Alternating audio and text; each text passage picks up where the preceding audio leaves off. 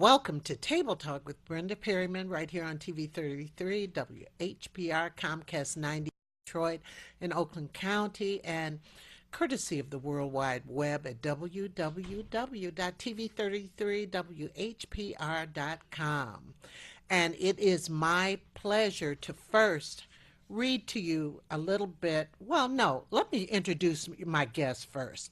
We have Tricia Jeffries, who plays Mary Wilson, and sometimes Diana Ross on the Motown show, and then Motown the musical. And we have Clifton Oliver, who plays Berry Gordy, someone we know quite well. In fact, the other day I was driving and drove past the Gordy house. I said, wow, this is great. If I could have a three shot on all of us, I'd love that.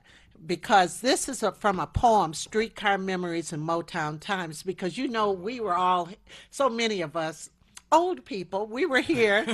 And as part of my piece, I wrote, "Oh, Motown Times. Front room, Fox Theater had to be there on time. Standing in that long line, a long time peacefully. All of us, teens and adults, anticipating a great time and celebrating the good fortune of our local heroes who made Detroit an international icon of entertainment. How sweet it was." And welcome to our show. Thank you so Welcome much. to our city. Thank you. And I have a book for each of you. Beautiful. This is yours, Tricia, and this is Thank you so yours. much. Appreciate it. And when you have time, read it. It has all kind of love poems, but it has a little history, but it has a lot of love. We like love. I love love. Well, Barry Gordy's character, he loved love He too. loved a lot of love. He loved a lot of love. First, I'd like to know where were you from originally? I'm actually from the Bronx. I was born and raised in New York City. I'm a Bronx girl. My parents are from Jamaica, so I have a lot of culture.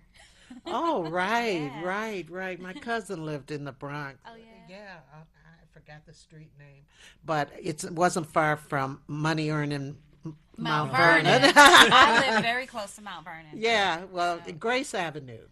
I know exactly where that is. That's the part of the Bronx I grew up in. It went right into Mount Vernon. Right. It was so Yeah. close to Mount Vernon. I said it was like blocks. And Clifton, where are you from? I'm from Jacksonville, Florida. Country boy. Oh, Jacksonville. They have a Yes, college there. Yes, they do a few. JU. Yeah. Yeah. Yeah. So, when did you know that this is what you wanted to do? Wow. Since I was 11, I loved to sing, but it was a kind of a quiet thing. I didn't want to tell anybody. My grandmother heard me and put me in the church choir. They And always go to the church choir. yeah, always a church choir. And after school, actually, one of the choir directors said, "Hey, there's a theater program. They need singers." And that's how I started doing theater and musical theater. But at first, I thought it was a hobby, but I didn't realize until years later how much I loved it and how much first of all, it saved me from many things after What school in the college Bronx. did you go to? I went to Lehman College of the City University of New York in the Bronx, but I went to Music and Art High School in Manhattan, fame. LaGuardia. CUNY. Yes, Yeah, yes. uh-huh. So it was around high school that I realized, no, this isn't just a hobby for me. It's something I need to It's do a with my passion. life. It's a passion. That's right. And so often people try and knock that passion out of you, especially in our culture, because they just don't believe you can make it. That's right. right. That's It's right. not that they don't like it, they're worried about you making it. Now, Clifton, tell me about your upbringing. Well, I'm similar to Trish as well, but I was one of those kids who was slow learning. I was in the special ed classes, and I had, learning disabilities, this and that, but I loved to sing, I loved to dance, and it wasn't until my mom realized that I could learn through singing and learn through movement because my mom is an educator as well. And through that, I just really realized that maybe this is what I'm supposed to do. I was hyper, I was always all over the place, but the moment I got on stage, I was complete, I was fulfilled. So Right. So often they label yes, they our do. children instead of. Now, I've taught thousands in my many years that I taught, and that was the reason a lot of kids came to school was for the arts, for That's the right. music, for the drama, That's and right. all of that. That's right. That got them to school, and then they learned to well, I got to find out about everything else since I have to be here. I might as well pass these other classes. I understood exactly what they mean because when you went to college, a lot of times you just wanted to take the things you were interested in. That's right. That's right. Yeah. Yeah, so I know. So where'd you go to school? Honestly, I went to Savannah State for 6 months, and while I was there, I saw an ad in the paper for an audition for a musical. Went to the audition for the musical, got the What musical. musical was that? Cats. Oh, really? My friends teased me about that forever, but I was like, hey, Why'd maybe they I can tease get in you? it. Why'd Just they- because, I'm from the South. Cats, they wear tights and they jump around and act like cats. They're like, what are you doing? You go into a black college and you want to be a cat? It was a strange thing, but thank God I went to that audition. How long have you been with this production? I'm new to the production. I started rehearsals in March in Chicago. And I was Marvin Gaye though in the workshops, which is really crazy. that is really interesting. Yeah, I was. So when did you get with the musical? I've actually been with the musical since January 2011. This was before Broadway, the workshops. I played Mary Wilson initially, and every time they, with a workshop, they try to develop a show before it goes to Broadway. It That's takes right. time. I That's don't know right. if a lot of people know it takes years. So in one of the workshops, or two of them, I couldn't do them because I was doing another show. So I was always Mary Wilson, and when they went to Broadway, I was doing Sister Act tour. So now I'm back in Motown as Mary Wilson. So it's been a couple of years for me, on and off. So were you at another city before you came here? Yes. Yes, Cleveland. Where were we? Cleveland? Yeah. We don't even know anymore. We on the road. I do understand. Sometimes you don't know where you. Yeah, we've been to Chicago, San Francisco, Cleveland, and now here. Yes. And it's amazing being here. Thank you guys so much for having us. It's been a blessing. How old are you? I am 38 years old. You don't look it. You're the same age as my son. Oh, seriously? You look great. Thank you. And Thank you. Thank I'm you. not going to ask you. You're not supposed to, Only because women, Yes, I'm glad you didn't ask me. Yeah, because then you'd ask me, and we'd be Oh. really in trouble up in here. You look 16, so it's all right. right. That's what I try to think. But listen, I told you I was in the first row of the very first Motown review. Yes. And the reason why I was in the first row was because instead of stopping at the candy counter, we ran straight to the front. And then we get our seats, and then somebody go get their stuff, and that way. And it was just the most fabulous thing I'd ever seen in my life. Who was there? Who was there? Yeah. The Supremes, the Temptations were doing "Farewell, My Love" and other songs. It was everybody. Marvin Gaye. It was that whole You saw Stevie them Wonder, live. all of Witness. that. You were And witness. as I said, in fact, I wrote this in a book that I have that's coming out. Just being there and just seeing them, and noting Eddie Kendricks look down and saying, "Farewell, my love." Well, my throat is a little funny this morning, but I said, "Who is that man?" And I loved Eddie Kendricks to the day he died. And I tell you, the day he died, I wore black to school. I believe you did. I mean, seriously, but you fall in love with the harmonies. I fell in love with Marvin Gaye. We couldn't help it. These were people who were right here, and a lot of times we'd be in our car and we'd see them. They lived right in the area, and as I said, Stevie Wonder was at the Music Box record shop, and they sat him. He was 12, and they sat him up on a counter, and all of us little girls, we Stevie, So we go around. We bought the record for 69 cents. That was Fingertips, and then say yeah, and then we shook his hand, and then went on out, and then we sneak back in again. And then I've had several times that I've run into Stevie, and He's a nice guy. he's not only a nice guy. He gave a free concert at the school I taught here, right in Highland Park here.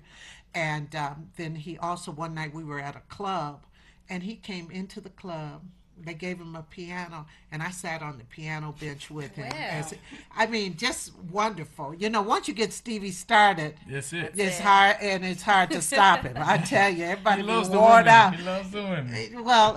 Well, not only that, he just loves what he does, and Yes, he he recognized his gift, Talk about and he had passion. people who recognized his gift also. Now, as the Berry Gordy character, what all did you did some research, I'm sure. Well, by the grace of God, I was able to spend time with Mr. Gordy himself. because I wasn't a part of the original production, but he really wanted to concentrate because he knew this show was coming to Detroit. He's like, I want the facts. I want you to get to know me. I want you to know my personality. I want you to know what I thought about Diana when I first met her, what I thought about Stevie. And of course, I read the book To Be Loved, which he wrote about his story. But the one thing that I did learn is he has so many different accounts of how things happened, and so many other people have different accounts of how things happen. That's the one thing that's interesting about Motown. He sees it one way, and so many people see it another way. So how do you know so many people see it? I Because- know they did, but I'm just saying, how did you know? Because I've spoken to several people. I've had a chance to speak to Mr. Wonder, and I've had the chance to speak to Smokey, and I've read some of Diana's books, and you've heard some stories about it. And everybody has an opinion. Who didn't? Mary's book. Yeah. But he says some things are factual, some things are not. It's up to you to bring yourself to it. Oh, tell me that, because I was trying to think of it, that line where it says, if you don't write your own story. Oh, but he just said it. He said it recently. Yeah, he said it opening night. Yes. And I thought can't that remember. was It fabulous. was fabulous, God. And I'm sorry that I don't remember exactly what You it was. leave it to other, I don't You leave know. it to other people to do something, like to pave it. I can't remember exactly what it was, but it was 100%. In Mr. other Gordon. words, if you don't write your own story, somebody else will. will. That's right. And they'll write it from their And that's point exactly of view. why he wrote this story. You know what I mean? And it's the one thing that has been interesting about this show is that people have criticized the book and this, but overall it's his story and it's what he It's his feels perspective. should have been put out there. And we are doing our best to honor it with respect and dignity. Well, you're doing a great job. Now you play Mary, and Mary to me was so important. I used to watch her. Of course, everybody saw Diana. She was really out there, over articulate, which was a good thing because I loved her music. But Mary had a way of articulating. Have you ever watched the films of her? Oh, yes. I've watched Mary Wilson, and I love her. Yeah, she was very elegant and also articulate. And there was Yes. something about Mary that she brought a lot of style to the Supremes. Her and Diana used to compete with fashion, but Mary's elegance is what allowed other black women to see that, hey, we can be this way too. We're not just these images that people put of us in the media, especially back then.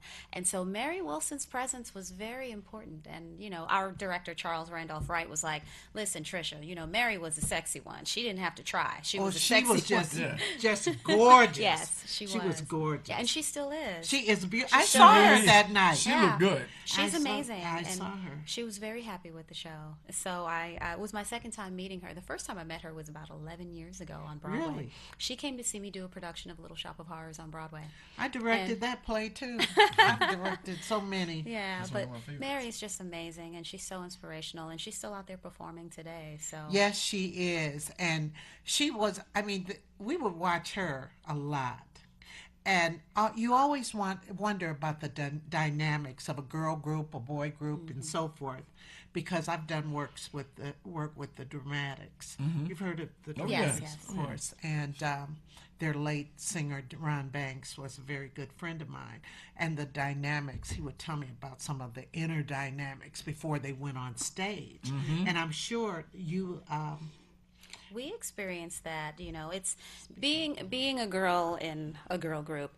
You experience different energies in any group. It doesn't matter if you're a woman or a man, but when you're working, especially with three people, two people always tend to gravitate towards one another, and it can shift. So you always have to be aware of what energy you're giving off, and sometimes people take things personal, and it's not.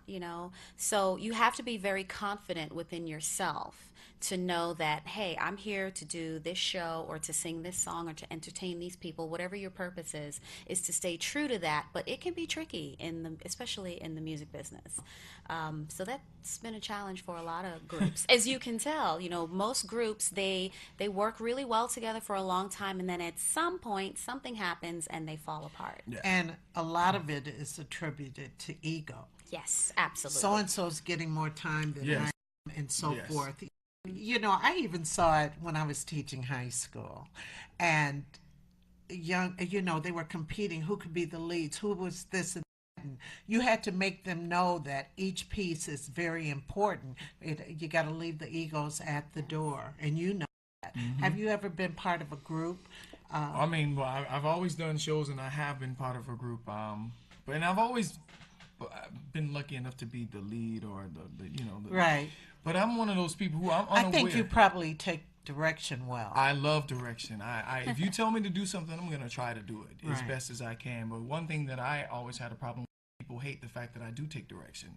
Oh, he's doing extra. Oh, he's changing things. He's always all over the place. We never know where he's gonna go. I'm like, Well, I'm gonna ask both of you. Have you ever been in a show with somebody who's been in a lot of these urban plays, who have these I talk like this, talk with the hand, and got the neck going like this.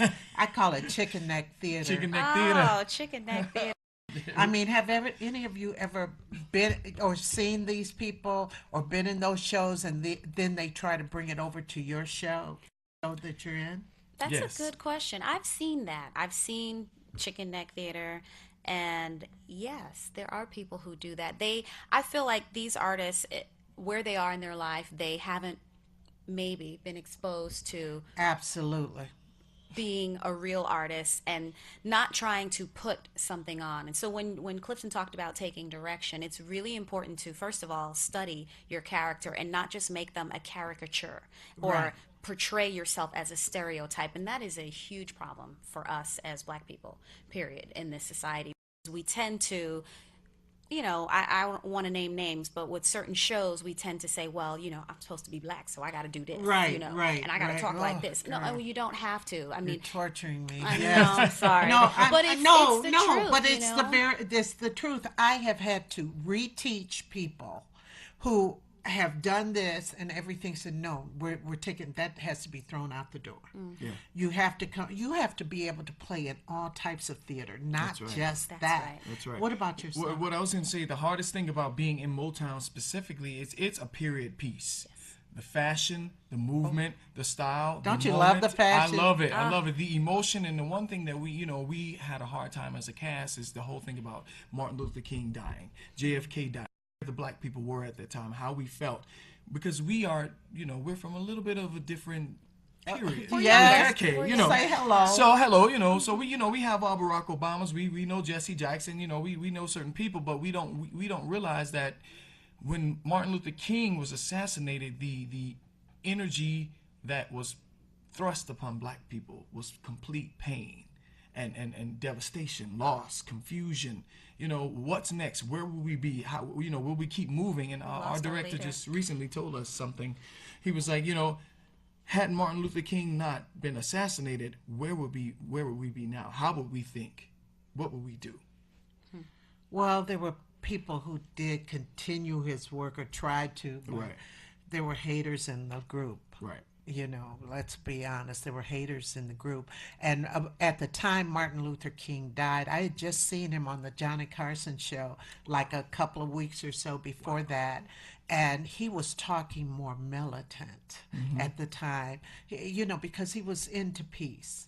But he started talking more militant. I said, I begin to really like this Martin Luther King, And then I was in a class because I was like a sophomore in college, and somebody came to the door. I was the only Black person in the class, and they came to the door and said, could we see Brenda? I came to the door. They said Martin Luther King was assassinated. And I turned to the class and I said, Martin Luther King was assassinated. And this white gentleman, he said, well, that's just like somebody getting hit by a car. To me, it doesn't mean a thing. And I said, what? And the teacher said, Brenda, you could go. And right then we just started. We galvanized. Everybody galvanized on campus, not just white not just Black, but white also. Quite an impact for us because he was a leader, and Black people really don't have leaders right now. No. And it's almost like we're wandering in the desert and we're just going for people who can help us. And I think reaching back to those times are very important, and the vigilance we had with we're making a way now. Yes. And Motown meant so much to Detroit, and when they left, why did you leave us, Motown? That's the one. Everybody says that. I mean, I even wrote that in that same poem, but we're here and we survived, but a lot of us do remember that past and the fact that it highlighted the fact that much talent came from here, because a lot of this was homegrown. Mary Wilson, Right in the community. Berry Gordy, and that house is right down the street. Have you Man, been there? yeah, I did an interview there with Mr. Gordy, and when they had the audition that day, it was incredible. It was just the energy in the building was incredible, and Mr. Gordy was just like a 16-year-old. He's like, "Oh, I did this here, and I did that. I met Diana right here," and it was, just to see him he like, remembers that. oh, of course, he doesn't remembers everything. Yeah. Yeah. So I mean, the Jackson 5. What did he say about them? Oh my goodness. Could you tell me anything? Well, he did. The one thing he commonly says is, "I served as the father that they did not have." You know, That's because they definitely had a father, but he was more about driving them.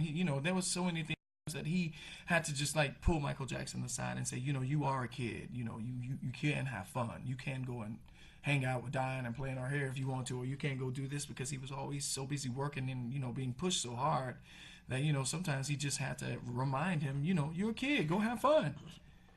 The young man who plays Michael Jackson. Yes. Oh, we have two we of have them. two of them. Two, Neon and yeah, Ryan. I Yes. saw one of them. Yes. Excellent. Yeah. Yes. Yeah. Excellent. I'll never forget I Want You Back. First song, I Want You Back. What happened then? Well, anyway, my voice. Your voice is- You're not warmed up Anyway, yeah, I haven't warmed up yet. But what I wanted to say was, we had that record came out, and we had a party, and something happened to the needle on the record player, but we could still hear the song, but it was real low. It wouldn't come up high. I think the needle was breaking. So all of us danced real quiet so we could still hear the good happen. I mean, we called the record player the Whisperer Oh, that wow. night, but we had to, I Want You Back. We didn't care how old they were. We just loved the Jackson 5. It's something around them. Like, I don't know if you believe in spirits and all that kind of stuff, but I think that they just had something about them. They emulate light. Yes. They are just their They do. energy, just everything. They're so inspirational to people, and you can't listen to them and not feel good. Yeah. Right. You feel good every time you hear the Jackson. Now, you play Diana sometimes, too. I do. Either Diana or Mary. Can you give me a little piece of a song this morning? Because you know I'm asking you. I know you are. Well, what should I sing? I mean, just think about it. Baby, baby, I'm aware of where you go. Each time you leave my door, I watch you walking down the street, knowing your other love you meet. And I'm not warm, so And I'm this sorry. time, Oh. Yeah, Verse 2, verse 2. this time. before you leave my door. Anyway, we knew it all. We knew it all. Okay, I just thought it was very, very excellent how the Berry Gordy character sang. What is your favorite song from the show? You know what's funny? It's my favorite song, and it's the hardest song to sing because it comes at the very end of the show. But it's a song that Mr. Gordy wrote for the show called "Can I Close the Door?" I love that. So do I. Can you sing a little bit of it for me? Of course. In the mic. After all the years of joy and pain that we've been through, no, I never saw a journey without you. You left me here without memories while you found new discoveries. It's hard to feel this emptiness inside. Can I close the door All right. on love? Can I say goodbye to all we dreamed of? We're like lyrics in one song. We've been right and we've been wrong. But can I close the door on love? Early Wow. So bravo. beautiful. Early in the morning. Both of Sing. you. Both of you. I mean, how do you take care of your voice? sis? Rest. You have to get a lot of rest, drink a lot of water. I eat apples apples are great for your voice. But yeah, it's really about taking care of your body because your voice is affected by however you take care of your body. And we're on the road, so it's really hard. We're in different hotels, different housing situations all the time. So we have to be very careful in, preserving our instrument. I'm kind of suffering with allergies this I'm morning sorry. myself. Oh, that's Sorry. okay. That's okay. But those things happen. This is Michigan. Oh yes, it is. Oh, yeah. That's Cold, what hot. we did. Yeah, and we deal with that in every city, whatever climate. We're always having to worry about allergies or, any reactions to the air or, the sheets that you're sleeping in, all kinds of things that people don't realize. Being on the road is not easy. But we love the show, so we do it. And do you take the bus or are you on planes? You know do what? both. We do both. Yeah. Wow, because being on planes can incite your allergies too. Oh, yeah. And you can also catch Ebola.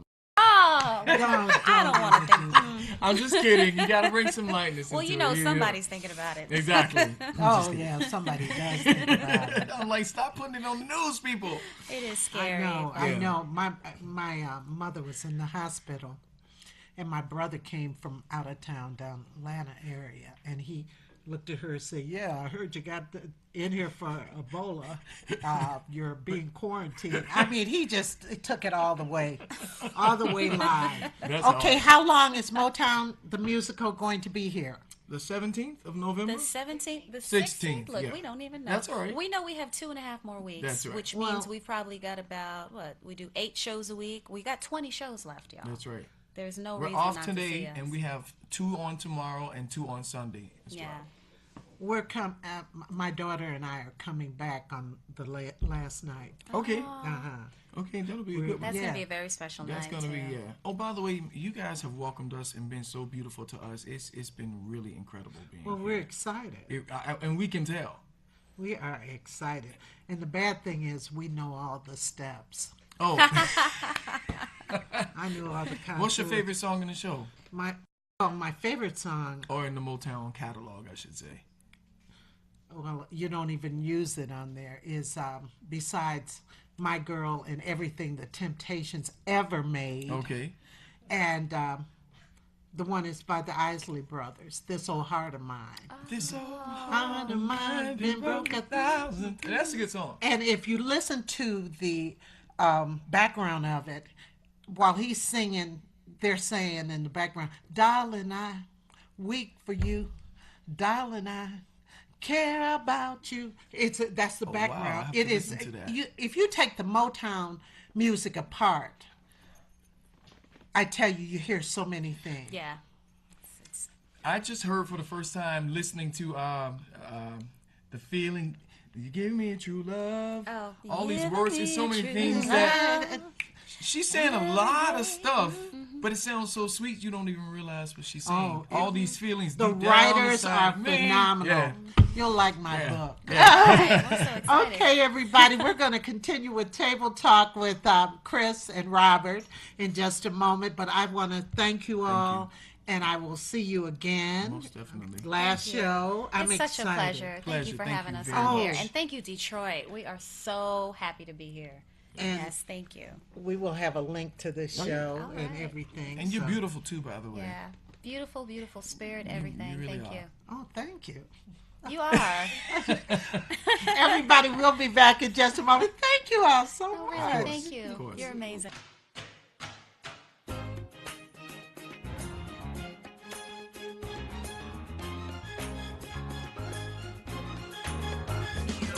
Oh, baby, give me one more chance. Show you that I love you. Now since I see you, it is all. I want you back. Yes, I do now. I want you back. Now here I am, baby. I got my future in my hand now. Hey, yeah. Hey, now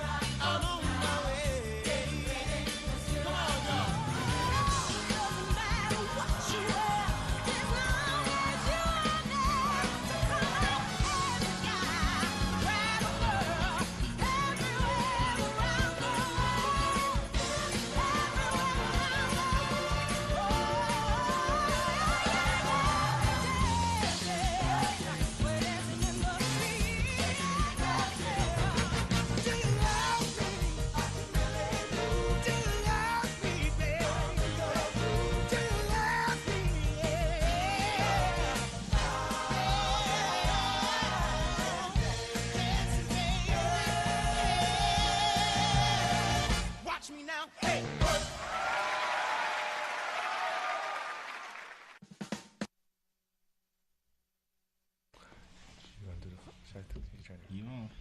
Oh, I am on. Welcome back to Table Talk with Brenda Perryman this morning. And I have two of our Table Talk hosts with you because we knew we were going to have an abbreviated show. Introduce yourselves, guys. Yes, I am Chris Sumraw, a public servant for the citizens of the city of Detroit. And I'm Robert Thomas, the Vice Chairman of the City of Detroit's Board of Zoning Appeals, and also a public servant. I guess we all are public servants go. in some kind of way. Now, we're going to try and get through some of these topics quick. I thought they were going to be shorter than they were. But the fake, I know you heard about those fake classes for the athletes at North Carolina, University of North Carolina. What do you think about that? Because over half of them were athletes. Well, I think it's definitely something that the NCAA has to continue to dig into, but I don't think it's as isolated as this story is. I think that this is a issue, and it's actually been in place to make sure that certain athletes stay eligible for big business.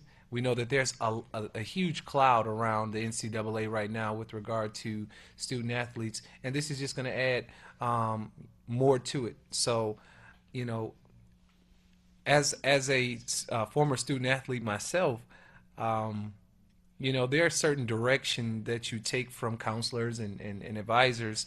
This appeared to be a class that you really didn't have to do much to pass. You had to write a final paper, which was almost guaranteed an A or B. And Sometimes. well, I'd like to see how many folks failed or didn't.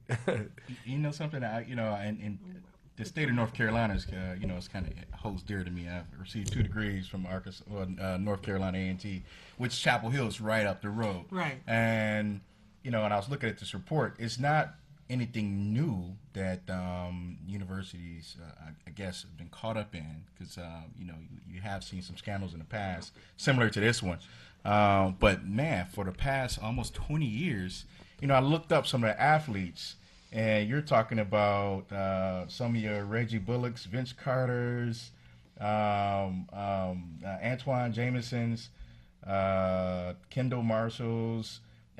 Jerry Stackhouse. They could have possibly taken these courses in the past to get by in these abbreviated classes. So, but it is a scandal, and it looks like they've terminated at least 9 employees. Yes, a very small group of employees were helping this happen. Unfortunately, it was I believe two of the heads of this scandal was out of the African American Studies department. Yeah. Yeah. And so I think they did a disservice, Yeah. a major disservice to these athletes. Because one thing, as mom of a student athlete, I made sure he didn't major in phys ed. Yeah. Because a lot of these people major in these classes that they know they could get an A in or whatever, but what is the future of some of these classes if you don't make the NBA or if you don't go play overseas? And- Underwater basket weaving is one of them. Yeah, but the flip side is that that there is a persona or there's a stigma on student athletes, especially at these major programs, African American, to be specific, that they are getting a push through, and we would be, I guess, unfair to say that this is the large amount of student athletes. Yeah. Most student athletes have the regular schedule that a student would have, and not only that, they have a full-time schedule that the program has for them. So this is, like Rob, you said, a scandal, but the majority of student athletes that take part in the NCAA, at least, they're on the up and up. And so I just want to make sure we put that out there as well as a former student athlete myself. I can say at the same time it affected 3,100. It's 3,100. Well, the course of out 20 of it's close to 100,000 people, Yeah. students. So, but that's still a lot. And it's a black eye, but it's a black eye for the student athlete as well as the university. And I think that there needs to be a complete overhaul of this system, and it's what it's pointing to again is money. And when you trace it back, these athletes are pushed through because they're valuable to the university. Their eligibility is, and so there needs to be some type of talk that the NCAA has not wanted to have this conversation for a long time. But it's been happening. It's Yeah, it's been been happening. definitely been Yeah. happening. And it looks like I mean there's some more heads that need to roll, and it has to be some honey. some folks that need to their pensions need to be They rescinded. need to check out every university. Yeah, because I mean, for these two teachers to get away with this, it had to be some department heads, some deans, and it had to be some And some they haven't- coaches They who haven't knew. found the coaches, but I'm pretty sure some coaches knew about this. We issue. have Tom on the line. Good morning, Tom. Morning, again. Tom. Good morning. Hello. Just a sec. Tom. Hello? Hey. How are you? Hi. Can you hear me? Yes. Okay, good. I got a little bone of contention to pick with you, Brenda, in terms of when you were talking about your son. You said let him major in phys ed. I think you meant you wouldn't let him take some of the phys ed classes. And because, I mean, I'm a phys ed major, okay? And, I mean, we went through a very rigorous curriculum in terms of... I know kinesiology and all that stuff. Yeah, biology, anatomy and kinesiology, you know, and the whole 9 yards and what goes along with it. I mean, you know, we took badminton and, you know, stuff like that, but that was all part of the curriculum. And, you know, in terms of what you're talking about with, you know, with the North Carolina case or wherever it was, athletes have, some of us, have always been, to use that word, protected, all right? Because of what you're going to bring to that college or university, meaning you're going to pack the seats either in a basketball arena or football field. And, you know, there's money associated with that. Exactly. There's a god awful lot of money involved in those sports. And I'm not taking up for it. Don't get me wrong. No, I I'm know not what you're taking it- saying, and I have to tell you, as I know you were a former teacher, and you know I Right. was too, and I realized what they had to take. But what I'm saying is, some people, they were taking the easiest class. Even when I went to school, they gave them the easiest classes that they could have in that department. Yeah, I mean, yeah. not just, and I know a lot of them did not finish college. Right. They right. were You not know, even expected to finish college, I think. Some of them weren't even expected to finish. Well, exactly. I can say as a you know, college- but, I mean, this thing, and you know what? This here just might be the tip of the iceberg, because if it's there, guess what? It's probably everywhere. I think it's I can say it's probably some institutions. I won't say it's at the majority. I played football and I ran college track, and our coaches wasn't playing any type of cheating, wasn't playing Yep. any type of let up on you. They were probably more hard on you than the regular teachers. They expected a lot more out of you. Well, They Well, wanted you to- exactly. The same Exactly. the same I mean, amount of effort you you put know, on the field, we- you have to put in the class. We perform to get there. Yeah.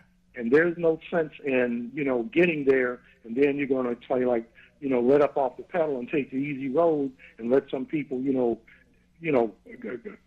protect you and that kind of thing. No, that doesn't work. I mean, if you get get into a college or a university, I mean, you go ahead and keep your nose to the grind and go ahead and do what you got to do aside from cheating to get out of there. Absolutely.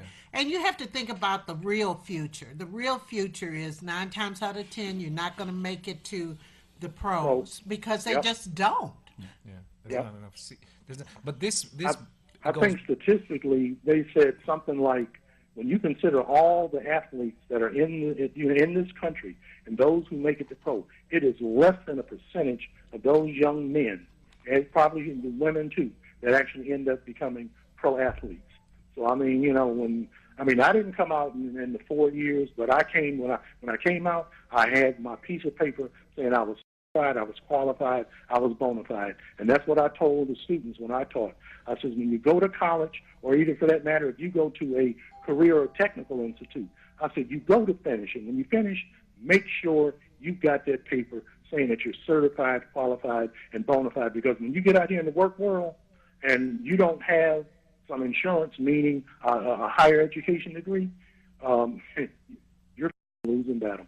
Okay, Brandon, thanks for taking the call. Thank you. Thank you very All right. much. I just wanted to kind of conclude my comments on this by saying that this responsibility here, while it affects the student athlete, ultimately is square on the shoulders of the university. They create the culture. They, as a 17-year-old kid coming in, somebody tell you, hey, take this class. It's an easy class. You're guaranteed an A. You know, Well, I'll throw the parents too. no, the parents as well, but for creating this culture, the parents, you know, obligation is to ensure that the child has integrity, but the university has an obligation to make sure that the culture there is on the up and up. Absolutely, absolutely. Yeah, the parents. I knew what classes he was taking. I know the difference between junk and class. But I could say you as a student athlete, you know, a lot of parents not involved in that process, and you're not going to have that many parents out there. They trust just hope the that you're- coach. Yeah. You just hope the kids are in college and you're doing the right thing. They're hands off when it comes to the courses, and you, on the other hand, was a special parent that wanted to be seriously involved in your child's life. But the Well, I was majority out thinking there about is not. down the road. Yeah. I don't want him to be a drain on me down Absolutely, the road. absolutely. That's smart though.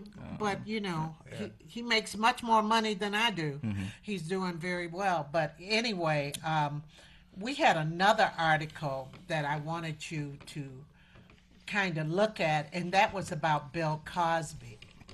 There was a comedian, his last name Hannibal Buress, who really dogged out Bill Cosby, and people were very upset about it. He said Bill Cosby has the effing smuggest old black man public persona that I hate, he says. Pull up your pants, black people. I was on TV in the 80s and I can talk down to you because I had a successful sitcom. Yeah, but he's been accused of raping women. And now what is happening is like, I was going to call her Sister Soldier, Queen Latifah was supposed to have him on his her show, and she canceled his thing, and he canceled another event in Florida that he was supposed to be at. They say at least 13 different women accused him, and it was kind of buried. I remember sometimes when he's been accused, but I never knew what happened in the case. Yeah, I'm not. I don't want to pick sides on this.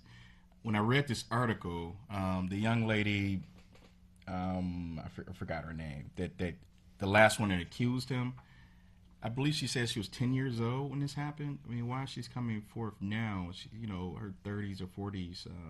It raised a certain amount of suspicion with me, and. I'm not sure what year this was that he was accused of these 13 different rapes. It's been over the years. It has been, excuse me, over the years. But they say this one woman, it really kind of bothered me because she said she could hear the sound of the belt buckle as he took his belt off. Another one, she thought that he drugged her. I mean, it's just so many different women in so many different places. Yeah, I think that it's concerning and it's alarming. But I think this comedian is not necessarily an advocate for these women. I think he's taking advantage of an opportunity to thrust himself into conversation.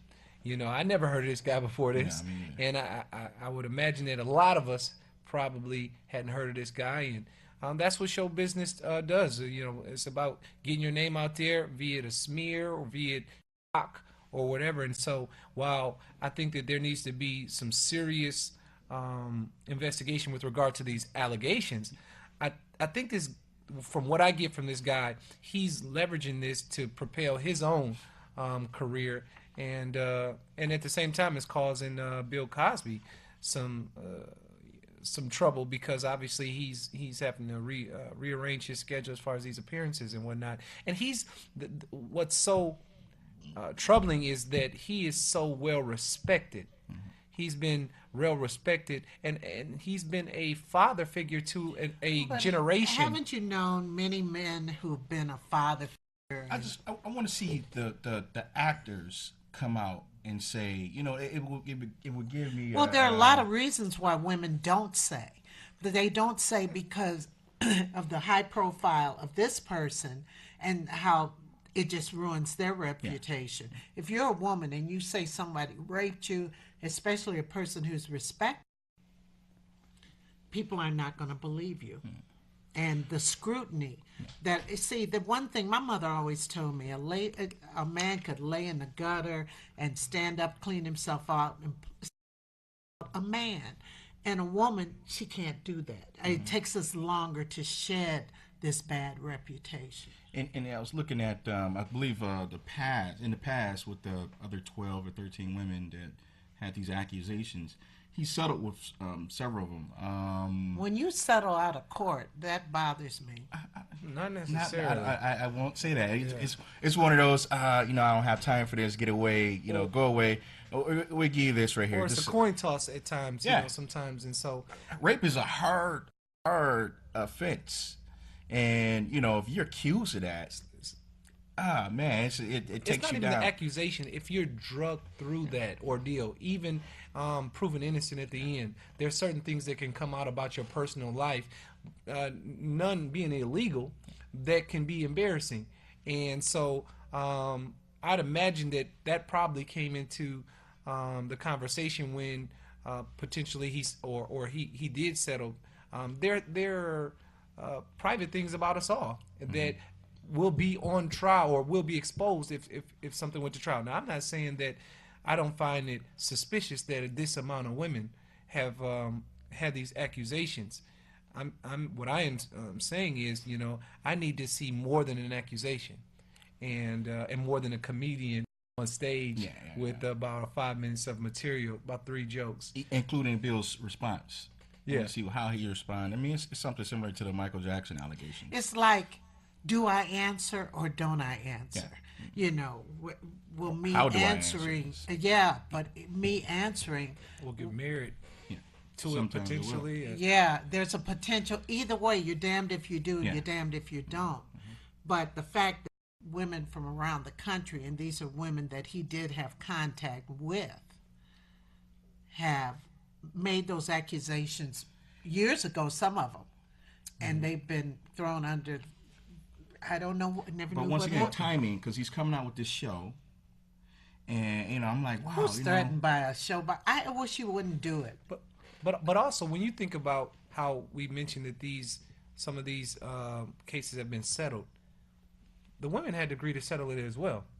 So there's two sides to that. If they were so determined to expose such a malicious act as rape, they could have said, I'm not selling anything. I want to pursue this to the fullest extent of the law. So there's two sides that we need to consider. And we know that Bill Cosby is a very, very wealthy man. And we've seen on more than one occasion where accusations toward individuals of influence and wealth come more frequently than someone, maybe of my humble background. Well, being a woman who's had to deflate people's egos when they came a little bit too far, and then saying to myself, I'm not going to tell the world about this. I understand. I do understand, because some of the people that you least expect and some of the people that you respect, when they come out of that different bag, it's baffling. It's really baffling to you. And I want to see how this plays out, because he's built quite a legacy. And in those days when the Cosby Show was on, we considered ourselves a Cosby family. You know, my kids. A lot of people still do. And see, it was just because they had these ideas for their kids going to college and all of this stuff. And I never forget this.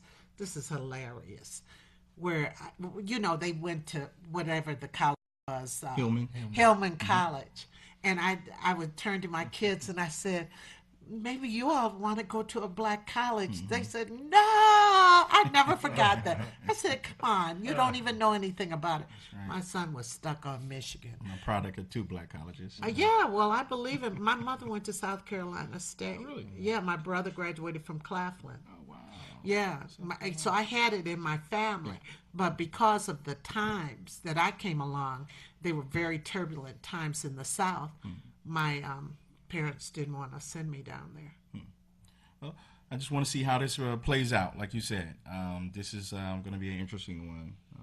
Yeah, because you'd hate, that's your backstage life.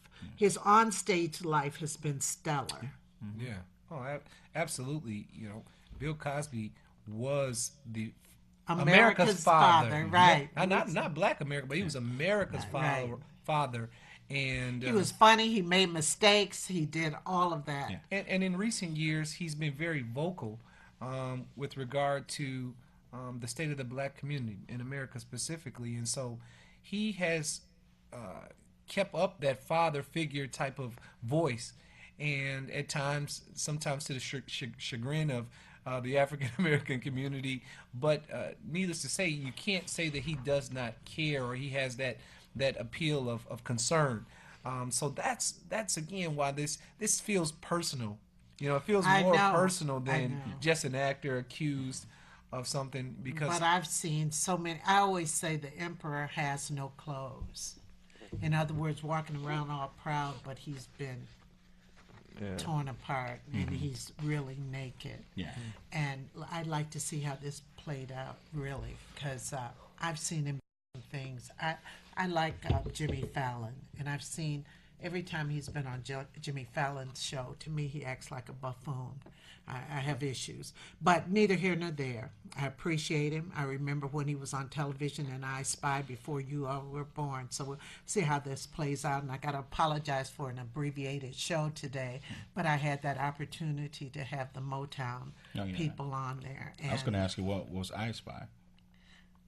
I Spy was a show with him and Robert Culp. They were two spies, and it came on in the 60s. So here it was a black adventurer, something that they never had. It was a person who played equal to the white guy. It was wonderful. And then when Bill Cosby had shows, he was able to get the white guy's flame had kind of gone down. He would put him on and help him out. Good. I Spy. Look it up. Okay, everybody. We will see you again next week. This has been a crazy week. And I'd like to thank you. If you celebrate Halloween, have a good night. And Don't forget just have your kids be safe. Don't forget to vote on Tuesday. Oh, gosh. You better vote. You better vote or don't speak to me anymore. Take 5 people out Yeah. to vote with you.